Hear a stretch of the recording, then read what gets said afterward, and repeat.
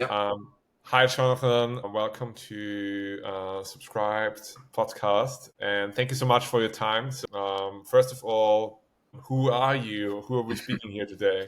Introduce yourself, and what are these cool spaceships behind? What's the story behind that? sure. Well, my name is Jonathan Teske, CEO and founder of Reframe XR, where we're really focusing on, I would say, solving the classroom management problem of XR in education. And that's really specifically building out mixed reality infrastructure for any educational level that supports developers gaining access to spatial data in a school and allowing a school to actually map their and design their classrooms using that spatial data. I guess what's behind me is a hot collection of old Battlestar Galactica ships from the awesome remake that came out back in the 2000s. Love it, love it. Tell me a little bit about your background. So, did you always work on that, or I mean, I know we used to work together at Facebook, but what is your background before starting your company? Sure. My formal background is definitely as an educator. I'd say that's the first and foremost what I've done. I taught for 10 years here in Montgomery County, Maryland. It's the 18th largest district in the US. Main background is actually also teaching English as a second language, which has its own trials and tribulations. But I would say during those 10 years, taught every grade level, and then worked as a teacher coach and leadership consultant my last couple of years. That was while I was getting my MBA, and that, I mean, has always informed my choices of working in education and staying in education. It just what that looks like and looked like prior to Reframe is just very different than a lot of folks. You know, I worked at Discovery Education for a year, but then I was tucked away in, oh my gosh, professional learning operations. I worked at Salesforce, and I was just so pretty bored, and just got so far removed from the classroom that I wasn't sure where my impact was and what I was doing. And so I wanted to find another opportunity. And then this really awesome opportunity at Facebook opened up to work for their education team. I was their first educator hire, which was a great honor, but also be able to bring a flavor of the, boots on the ground learning into that team, into that company. Got the role and stuck there for 4 years, and then turned that experience into Reframe. I would say all of those, am I 38 now?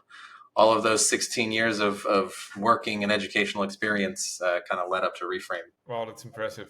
So first, you probably can help me get rid of my accent. No, I don't want you to. No, no, you should keep that accent. That is important. Well, and the second thing is, I think quite generally adore people who adore. Sorry, I have high respect of people who work in education because I think it's a tough industry to be in, salary wise.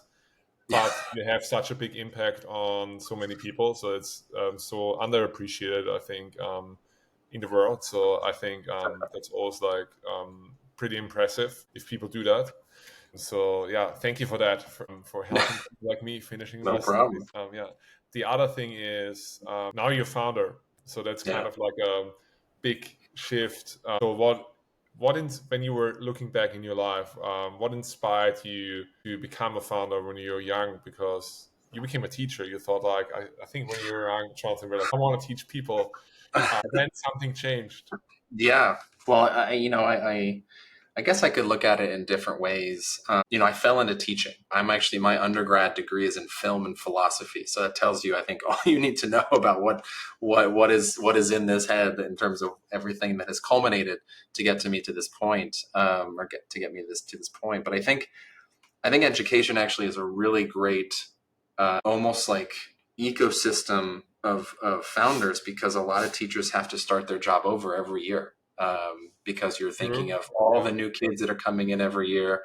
You might have tools that you draw upon to teach these kids in terms of things you've used before, tools, software as a service, or something like that. But you're always starting fresh. And what drew me to, I think, being in education, because I fell into it because I just wanted to coach football. I could play, football in college. It was something to do outside of graduating at the height of the recession back in '08, and then just realized I was pretty good at teaching and enjoyed working with kids.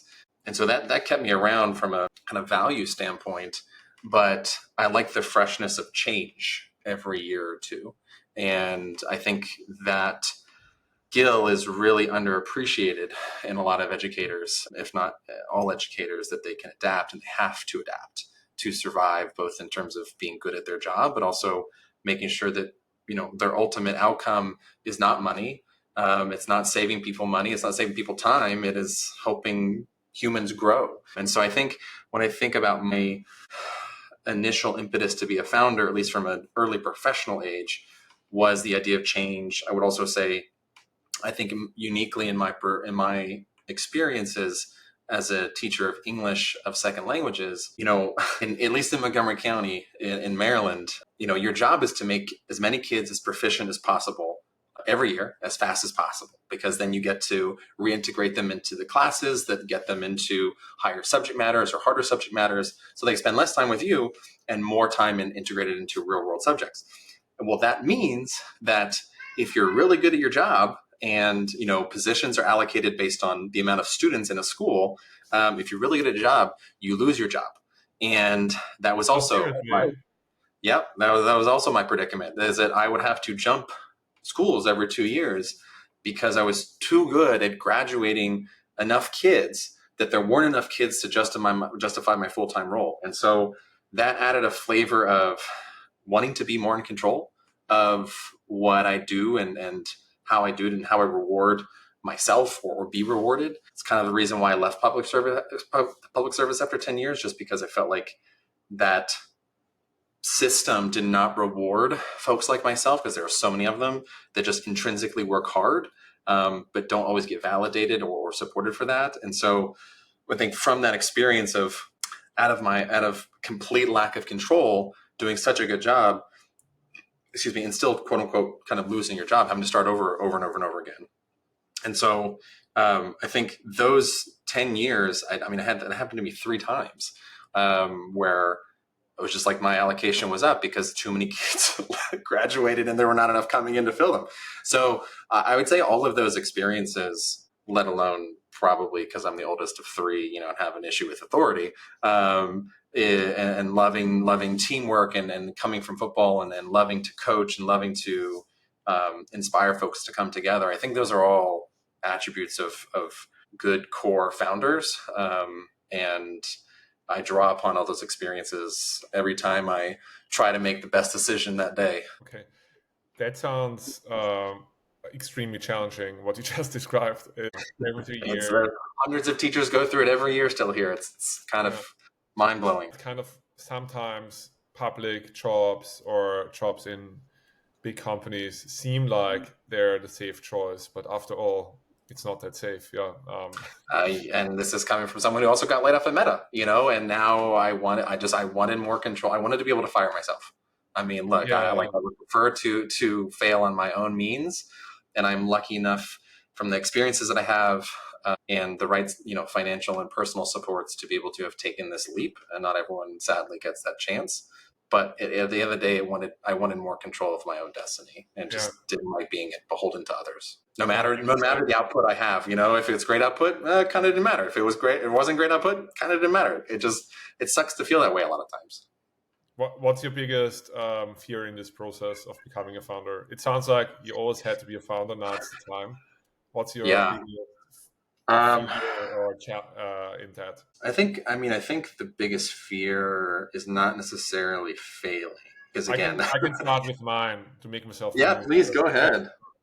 So my biggest fear is that I spent all the money on creating this amazing product I really believe in, and people are not using it enough. We run out of time, and I have to shut it down, and then I have to look for a job in a position where I'm not empowered anymore. I have to go back. So I think my biggest fear is like not trying my hardest, but just not being able to make it in time.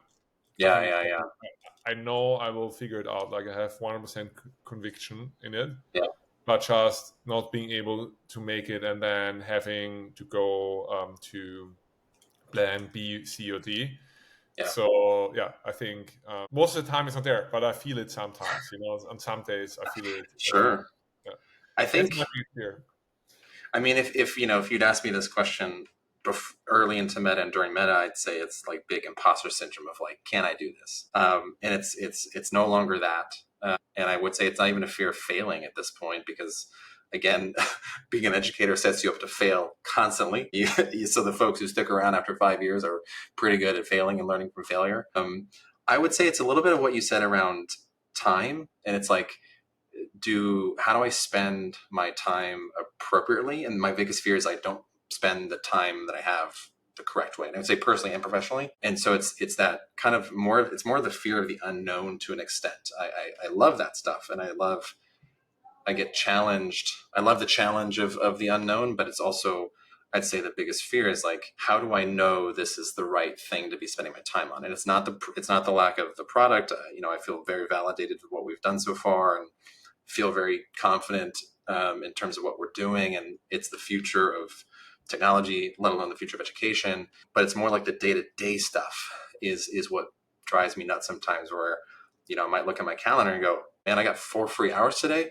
What the heck do I do with this? And I think that does come a little bit from working in corporate, where you have just a lot of meetings and you kind of feel busy because of your meetings, and therefore you're like, oh, that's what takes up my day. Or in education, you're working 7 straight hours on your feet and you're like, I'm pooped by the end of the day. I did all the things I needed to do.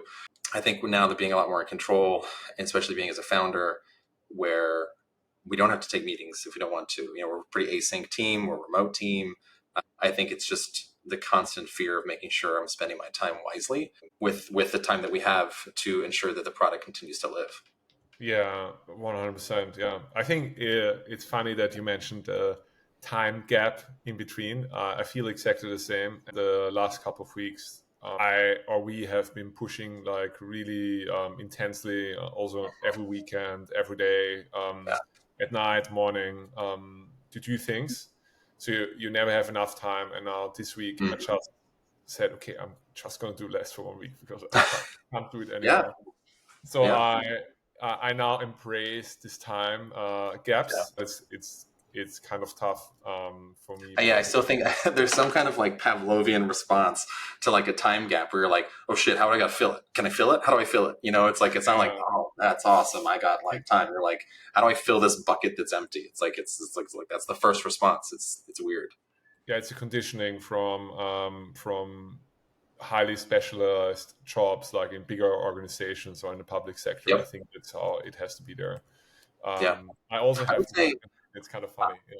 let me ask you, because even what you said about like what would be next if this doesn't work, I do think is also part of me, but I'll frame it differently. Is like, I don't know what else I'd do now. Because I don't have a specialized trade unless it's teaching. I'm not a highly skilled designer. I'm not a highly skilled engineer. I'm not a highly skilled marketer. That's just like, I don't have any of those core 4, the sales. Like I know how to do each of them other than engineering to an extent, and I have an opinion on them.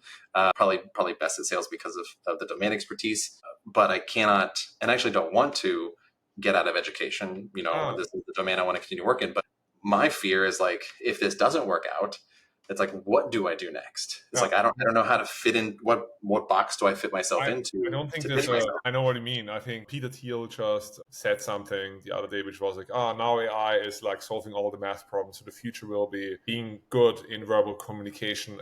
You seem pretty good in that. I think Finger crossed. keep working in a startup, and Yeah. then at the end of it, when you exit it, I think it's you can use your new skills to Yeah. give commands to AI. What are you good at? If I don't know your strengths and your weaknesses. But yeah, the other thing is I read this book from Arnold Schwarzenegger, who I'm probably related to because I'm also Austrian. Like every Austrian feels related to him, and he I'm said sure I something. would want to be related to him if I was Australian. Yeah, I mean maybe more people than they think there are. Like looking at his history. So, but I think he said the thing. It's like don't have a plan B, like Mm. just have a plan A Hmm. because plan Yep. B creates distraction. For me, I it's kind of bullshit. You have all these self-help books giving you advice. They always say the same thing, but I think about that resonates with me because I have no plan B. I think Yeah. I'm gonna do it. and Yeah. you're going to do it. I think we just when I speak with our investors, some of them are very successful entrepreneurs. They always say, yeah, if they try long enough, at some point it works out. It's just a trying. It takes like between 3 and 7 years. And I would actually, what? I agree. I mean, I agree with your ideology. I would frame it differently for me, and that was actually done by a really close founder friend of mine. She was not successful at her first startup, and she raised over $1 million. But I love everything that I've learned from her, and still do. And the one key thing that I think relates to what you just said is she just framed it differently for me was stop playing defense and go on offense. And I think that's right. the thing, right? Where it's just like you need to constantly press on offense, because the more you play defense, the more you think around what's going to fail or what you have to defend against just in case, versus going after new opportunities over and over and over. And so that's same I think idea as you, is not really having a plan B, but framing it a little bit differently for me, because I was very defensive mindset for many years, just being more risk averse and just. Which makes a lot of sense, because if you're in a company, your job is to protect the resources. Exactly. Yeah. Like everything is a program. Everything is kind of like not everything is everything is de-risked to oblivion. to ensure shareholder value is maximized. Sure. So, by nature, I think a lot of it is about being defensive. Even if it's about innovation in big companies, it's about being defensive, I think. Resources and stuff like that. I don't know. Okay, let's speak about your business. So what problem does your business solve? Yeah, I'm going to preface with everyone knows about XR or spatial computing, whichever one you want to do. But I'm going to preface that some of it, just because it's difficult to not speak with a little bit of domain language here. But the goal really is to support the teacher with this technology. This great technology that Meta has kind of brought into the world at a mass level, called VR, is great for certain use cases, terrible for education. And when I say for education, I specifically mean in the classroom. When education happens in the classroom, we know that some of the best education actually happens experientially with other people. And where do most people still learn? In the classroom. And so, we have a lot of great examples of education more broadly being served in VR, where we're thinking more trade school oriented or adult learning or social emotional learning. But when it comes down to where the 99.9% of students aged 5 to 18 sit and experience their learning, and it's through other people, is in a classroom. And drawing upon my classroom experience, where no matter what technology entered that classroom, I made sure that a student's best resource was always another student. The technology is the facilitation of that collaboration or that cooperation or that dialogue or that interaction. And that's by a master teacher. And so VR eliminates all of that, because you're meant to be solo, you're meant to be immersed all by yourself. And so thinking through the hundreds of teachers that I spoke with while at Meta and this past year with Reframe, the constant concern and frustration was, I don't see myself in my classroom anymore. And I think that's terrible, because I think awesome teachers are really good at their job. They have superpowers that no one else has, that knows how to draw upon or elicit the right things from students at the right time, no matter what technology is. And for someone like me who believes that this technology can create very special, unique spatial experiences that you can never have before, I want a teacher in command of that technology. I want to empower them with that technology to draw upon the behaviors they already have around classroom management and teaching and learning. And then for students, it should just feel like magic, just like VR does. And so what we did is we said, well, the future we think is mixed. And so we're going to use the power of mixed reality. We're going to build our own third-party infrastructure that doesn't rely upon the platforms to scan your room, because what happens in a room is not what's on the walls, which is what I think a lot of the big platforms are really focused on, is how do you interact in mixed reality when there's a wall? Whereas in a classroom learning, it's what happens in between the walls, right? It's the collaboration, the conversation that happens at a table or a desk or when you're standing. And so if we can create the kind of spatial map design that we give a teacher in a school to use to build that spatial map manually, that actually is a lot more, they get a lot more buy-in from teachers, because the number one rule, and I think there was a question on here, is like, what is was one of the biggest challenges we had, right? I'll just jump to it, is Yeah. the number one rule we could never cross was teachers never want to teach in a headset. And I completely understand and agree. You're liable for 30 warm bodies. Putting on a headset is probably the last thing you want to do. And so there was a number one rule we still cannot break, is we don't have live facilitation in a headset. But what we saw and we heard from teachers is, well, what if you plan in a headset? So you already have behaviors in which you think spatially as a teacher. You think about where desks, tables, chairs go, where students should rotate, where they should sit, how they should interact. What if you did all that in a headset when you were by yourself? Because you're planning usually by yourself, or you might with one other adult. Interesting. And so that was, yeah. Can I ask a question here? So Yeah. basically, teaching of people should happen in the classroom still, like of young adults or kids happens in person, and there's no like face-to-face, like human to human. That shouldn't really change. That's one of the rules. No, it should not. It cannot change. Nope, cannot change. That's one hard rule. I agree with it. Imagine like how lonely it was in COVID, being on the Zoom parties. Like I almost lost my mind. Yeah, and so VR is great. It affords you a lot of great interactions, but at the end of the day, the real power of VR, if it's not outside of really gaming or some kind of social context to an extent, whether it's by yourself in fitness or maybe something else in like social networking. Yeah. Well, yeah, you don't need the environment, right?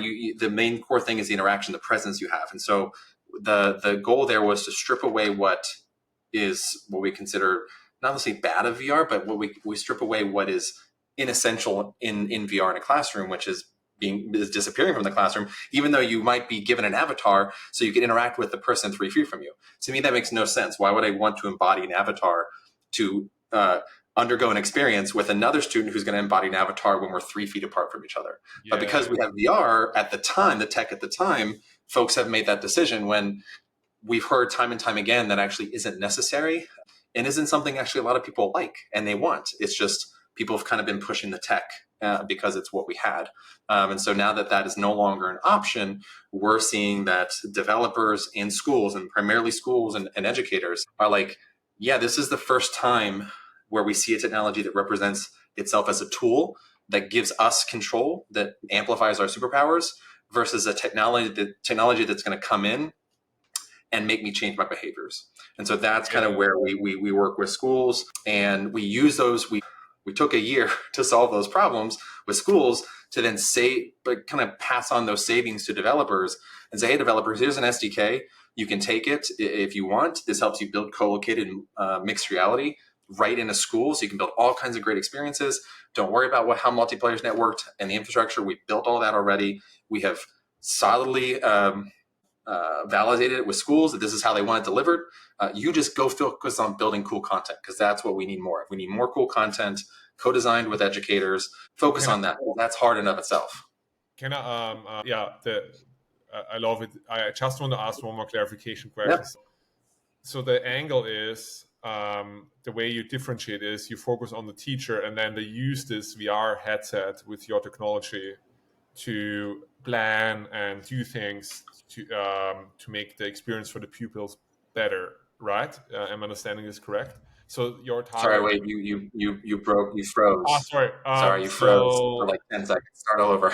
Sorry. So the way, if I understand this right, the teachers use VR to end the day with pupils and the classroom.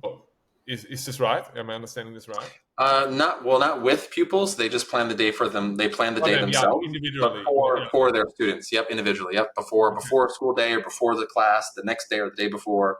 They do this by themselves in a headset. Yep. Yeah, and how do you envision this future of teachers doing it with your technology? What would be the dream state of them taking it on, getting their VR on, and then I know, like, scheduling the day? So how will the ideal future look like for them? I would say in 3 to 5 years, we've built the mixed reality hub of the intersection between experiential, immersive, and collaborative learning. And that means it's fully controlled and facilitated by a teacher. It doesn't have to be in a headset, and I don't think it will be for at least 5 to 7 years. But I think controlled and facilitated by a headset or by a teacher, from our web platform, because we also offer a web platform, which is really the core facilitation tool for teachers. But that is in service to, all of that is in service to making sure that students are interacting with live, voluminous 3D content with each other.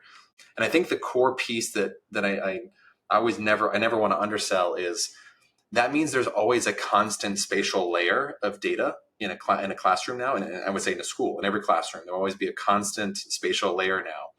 And schools need to be concerned about that. They need to own that data. They need to make that data, own that data, and be allowed to make the choice when they offer developers access to that data. Just like Meta does with their room scanning and headsets, right? That's all handled by Meta, and all that data goes and sits and lives with only Meta. And so in an enterprise SaaS model, we want to make sure that those controls and those decisions are actually made by the business. And in this case, it's the school. And so I'd say that's where we provide the tools to allow developers to easily access that, but also the tools for the school to make the decision of when you developer can and should access that. Okay. That's it's a lot of infrastructure that just hasn't been built. So it might be a little more complicated than normal, but it's meant to build a lot of infrastructure that folks are just haven't been able to, didn't have the insights that we did. But it's finally making some more third-party infra that's desperately needed in the education space. Yeah. I'm a growth. I was a product growth lead at Canva, but in my last role, I worked on. Somehow I ended up in a platform team for building the user platform, or also user platform. Forgot the name of it, but the point was to make access like better for all the people who access Canva, and all the people are like admins, members, teams, groups, and education. So the education, I remember that you remind very much of my former colleague there. He was as passionate as you about education, and they have very different needs. They have this district and different in the US, like different ways on managing it. And I can totally see that. I think there's a big need of, like with the phone and the computers, which we used when we were young, completely free. Now it's more regulated, which makes sense because students should be have access to the right things at school, I guess. And the same thing will happen with VR. So I can totally see that when VR becomes more accessible, they do it in school. What happens with all the data? It has to be safe, secure, and has to pass through, and the schools have to make the decision, just like they make decisions around student data, student rostering, teacher data. Like, this is just a new form of data we're going to have to start to live with. And so we wanted to make sure we informed schools, but we've provided the tools for them to be informed and make that decision. Yeah. So your product really doesn't need to stand out. It just needs to be there at the right time. I mean, at this point, we're the only ones doing it right now, but I think we're making some headway on both sides. That the market has proven that it's coming, and so we just decided to build it. Yeah. And for a completely unrelated question, for you personally and in business, what are your favorite SaaS subscription you use, or personal subscription? Can be either. You have canceled. You're a founder. Yeah, so I think we're still early enough that we'll take whatever's free. I would say I mean, my go-to is always I love the Google Suite. I'm still addicted to it. Although we are starting to learn Linear as kind of a bit of a PMing tool, and really, really liking that product and how much they care about user design. And we actually use that ideally as much of a kind of idealized cornerstone for how we think about our product. Just because they love. What about Jira or Monday.com, Asana? I did love Asana when I used it at Meta. I was huge. My team was a huge Asana user, and we were one of the first teams to use it at the company. Actually, we're huge dog fooders internally before it rolled out to the rest of the company. But I did love Asana. None of us used it across the company. I didn't know that because By the time I left, Asana was really taken over a lot. Yeah. But I would say personally, one that gets the most use is probably AMC A-List, because again, film nerd back in college, I tend to try to go to at least 2 movies a month. And so me too. I love watching movies. Yeah. So I would say that one, and then I mean, I guess some of the gaming subscriptions that I always use, because any way to play online now requires a gaming subscription. But I would say that one is pretty darn active on my phone. at least twice a month. And I love just like pre-ordering tickets and then finding the right time that's like when no one else is around, and it's like I got Seriously. the one seat with the one person, and like Monday at 8 o'clock at night, like perfect. So that app gets a lot of use, and that's a good sub for me. Wow, that's interesting. That's cool. Okay, and so what makes Linear as a tool for you? I'm curious about it because I hear Yeah, Linear all the time now. Like Linear, I don't want to tell you the reasons. What makes because it will bias you, I think. What what do you like about Linear? Like sure. manage Well, we're still early in it. Yeah. I'll say we're still early. I was suggesting to the team Asana. I was using Asana personally for a while until the team fully came on, and they were like, "Hey, we want to try something else. We've never used Asana. We would like to try something else." I was like, "Okay, that's fine." So we're just like a month into Linear, to be honest. But I just love the design. Just like in general, the brand design is really great. But then also, I just think the way we've jumped into using it actually does feel a lot like Asana, but it feels like it flexes a bit more than Asana in terms of being still more product engineering driven for the rest of the team, which are 3 other engineers, but enough for me to kind of have fun and still see it as a PMing tool. And so I think that flexibility is quite nice, and just I think the general user experience is pretty sleek, and so we like it and want to keep using it and plan to keep using it, but also we use it as aspiration to make sure that we are constantly thinking about it. And I think the story around how Linear was built is interesting, and how they kind of use their own tastes to make a lot of decisions, whether that's built on domain knowledge or built on experiences, which I think are all valuable.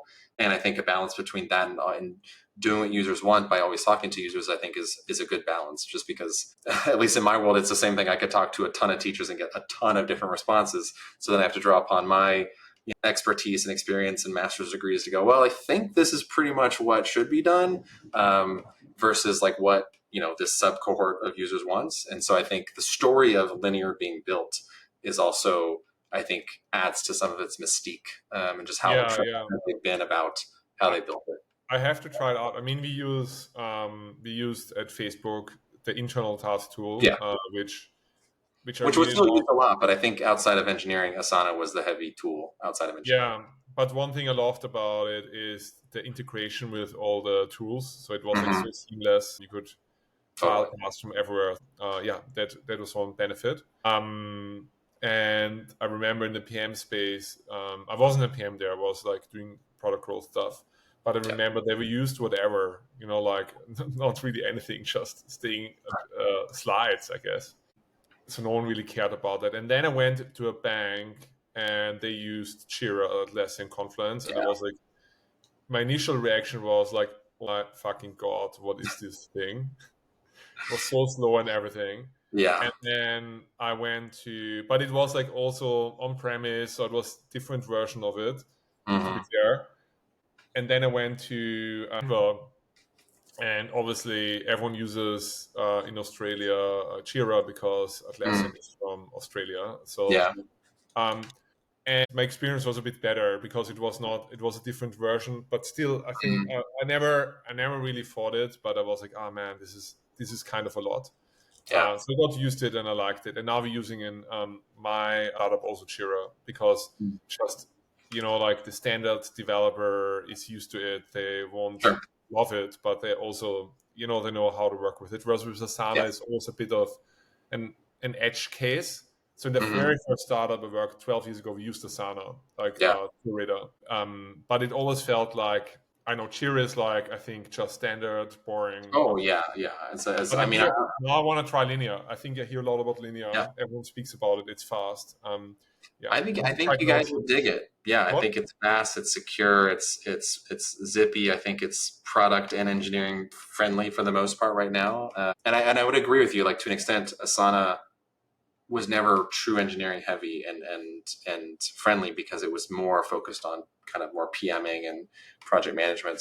I say give it a shot. Give Linear a shot. Yeah, I will do it. I'm like intrigued. Do you use Notion? We do use Notion. That is also a new tool because so coming from so many years at Meta, where it was actually what was Quip for a while, which Oh you would yeah, know, I right? remember that. And Yeah. then mid, I guess in between my 4 years, so year two, we made a huge jump to Google Doc, which was a revolution.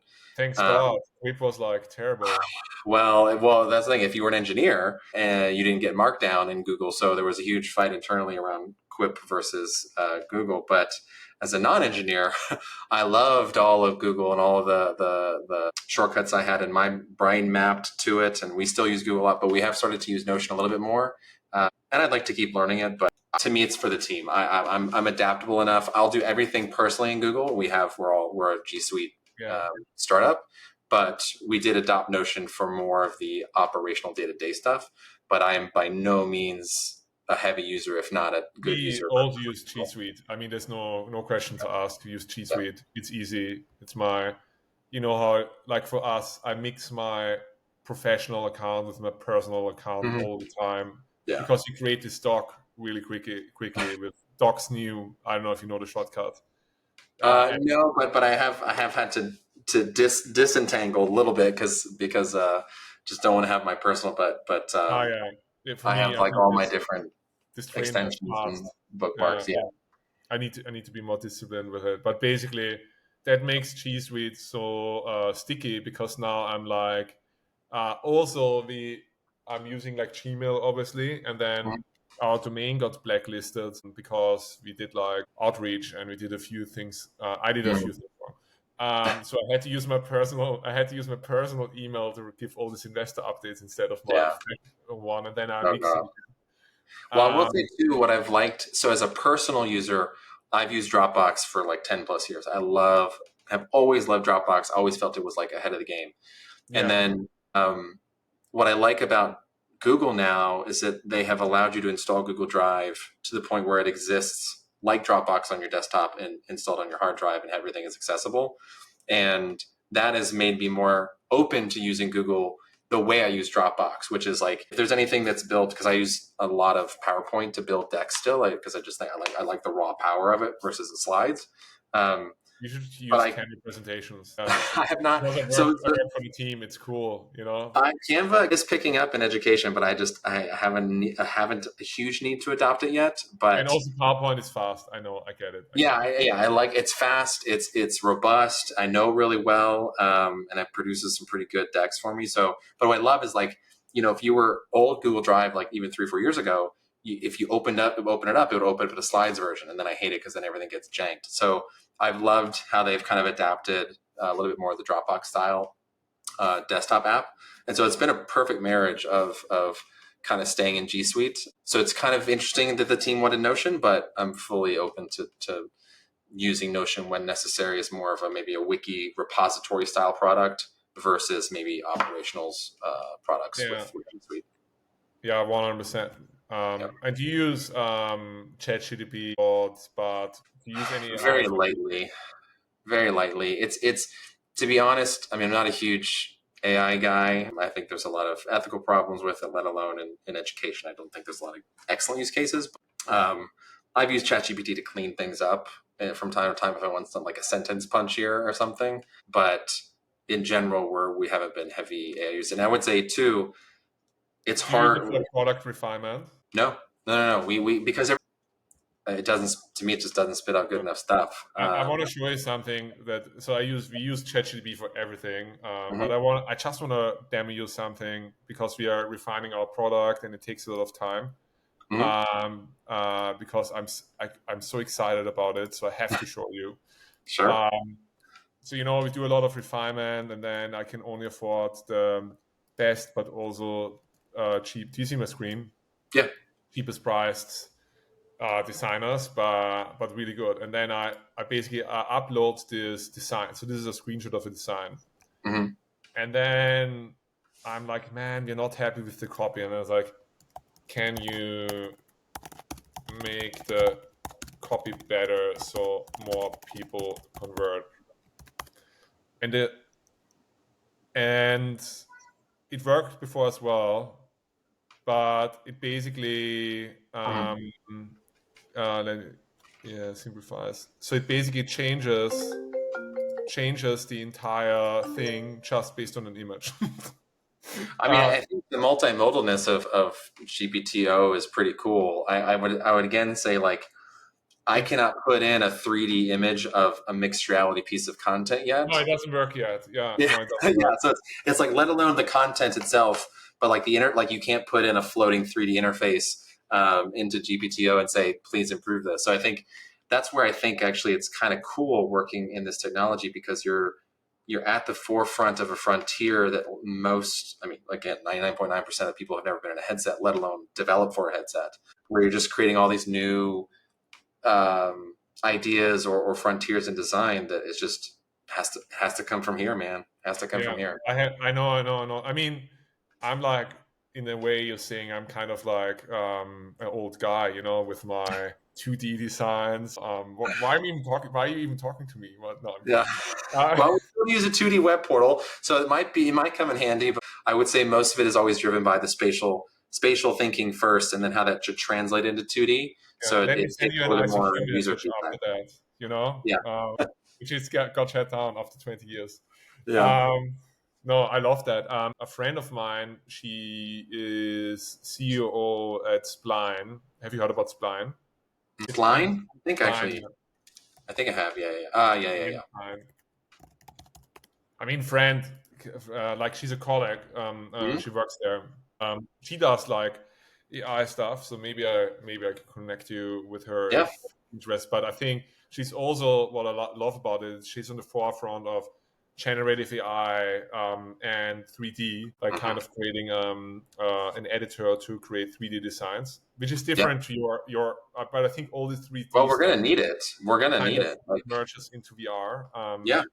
And The faster you yeah, can build 3D content, the more this space takes off. Like, at to be least honest. you need to understand it, because I remember, I went to a technical high school, Yeah. and I used to draw a lot of stuff on computer, like 3D. We had to create this chessboard game and stuff. Yeah.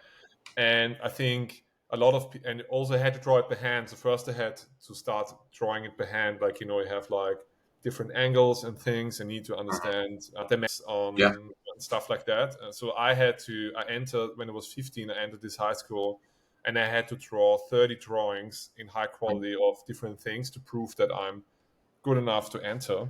And Yeah. I was sitting all summer drawing, and I even had to write words and have terrible handwriting. Oh I god. think the point is, I think understanding the fundamentals is incredibly helpful on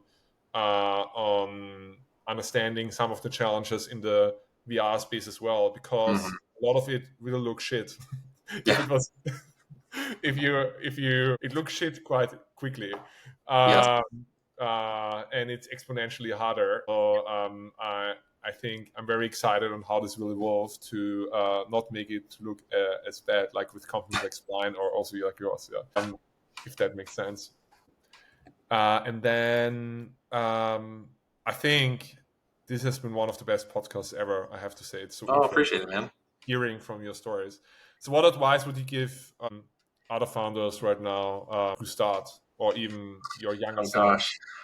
Maybe let's Um, start with your younger self. You can be yeah, I hardest was to gonna you. say, I think, I think, I think some of the stuff around like keep going and stuff is kind of it's flippant, just because I think the real world is much harder and more cruel. A lot of people have a lot of different realities and what they can and can't bear in terms of how far they can go. So I think just keep going is a little bit too flippant. So I would say continue to rely upon your strengths and your confidence, because that to me is where I've continued to draw upon what I know, what I don't know, and when I feel like I don't know things, I draw upon the foundations of what I do know that help me figure out what I don't know. And so, what I would tell my younger self, and I guess folks who are either just about to start or have started out, is continue to draw upon your strengths, and where you find confidence is really, I think that will lead you to more unknown unknowns that help you figure out everything that you need to do. I think that's a big one. I just think that informs a lot, and I think maybe it comes from just me working in a domain that is typically underserved and under respected, where I have to be in quite resolve with myself of what I know. And um, I guess the other side of that coin is, if you can bear it, just be really good at letting shit like roll off your back, and that's usually a lot of no's. Like I can tell you, we have funding now, we have revenue, we have customers. And I was amazed how many no's I've gotten for the last 16 months. And that is obviously a lot of macro environmental issues that have created that in the ecosystem. And I would say that the impending bubble of AI has probably increased the no's. And just accepting that we're on the forefront of a technology that most people don't even know how to dream about requires a lot of stick-to-itiveness and resilience.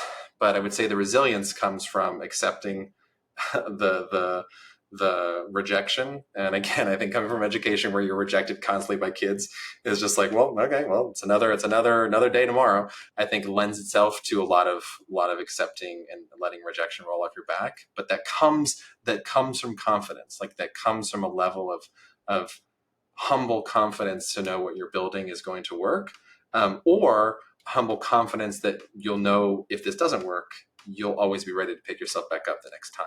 And so to me, the fear of failing is not like, and I do think this comes over time, and this is even me accepting it now because there's money in the company from different ways, is like, it's still my company. I have the majority of the company, but if the company fails, I didn't fail. And that I feel like is something that people tell me all the time that I think I've had to, even if we're barely a year old and still not fully 1.0, I'm already starting to accept because I want to make sure I decouple that identity. So Yeah, that comes from, company again, won't fail, so that's the problem.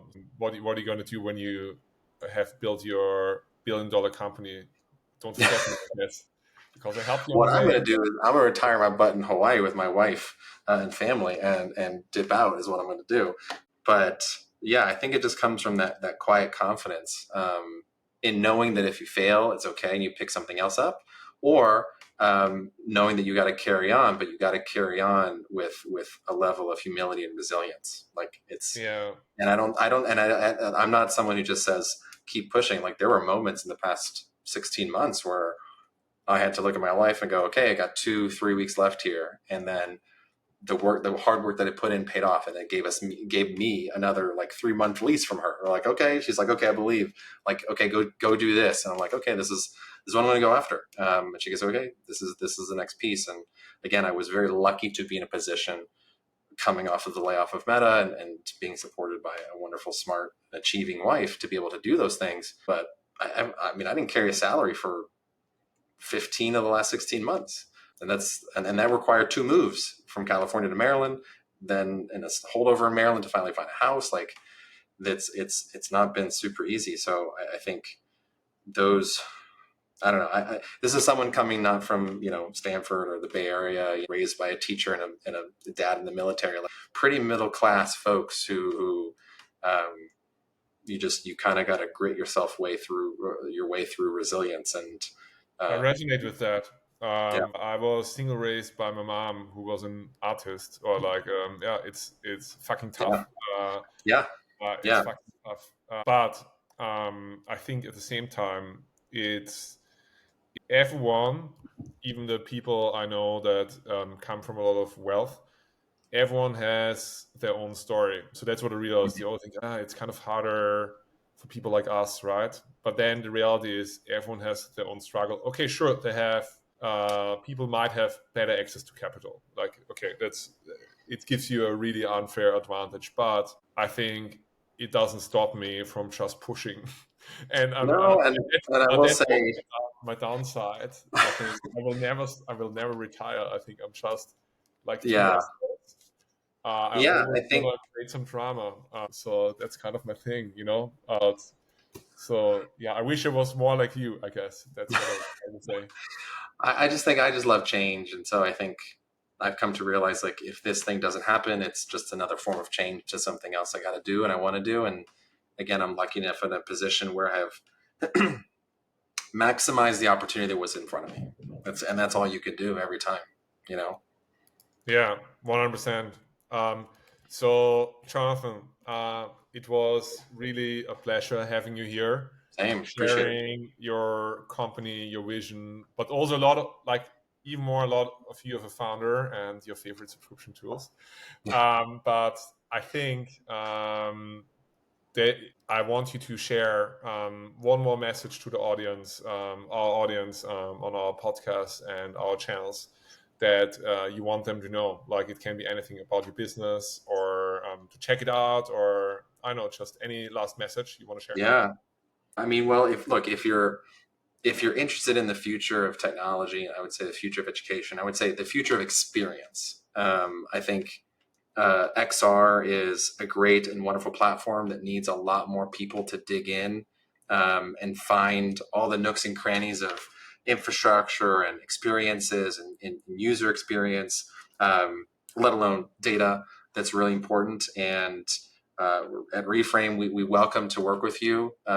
If not in the short term, definitely in the long term, as more developers and more solo developers, more solo entrepreneurs become more empowered to create. I think that like spatial computing is the next, to me, expression of creation. Specifically with my heart and mind of education, I'd love to see more creators in education and co-designing with educators. I think that's a really important term, though. Don't just enter with a technocentric lens. And so if I can help you in that journey or take that leap, please reach out to me, Jonathan at ReframeXR.com. Find me on LinkedIn.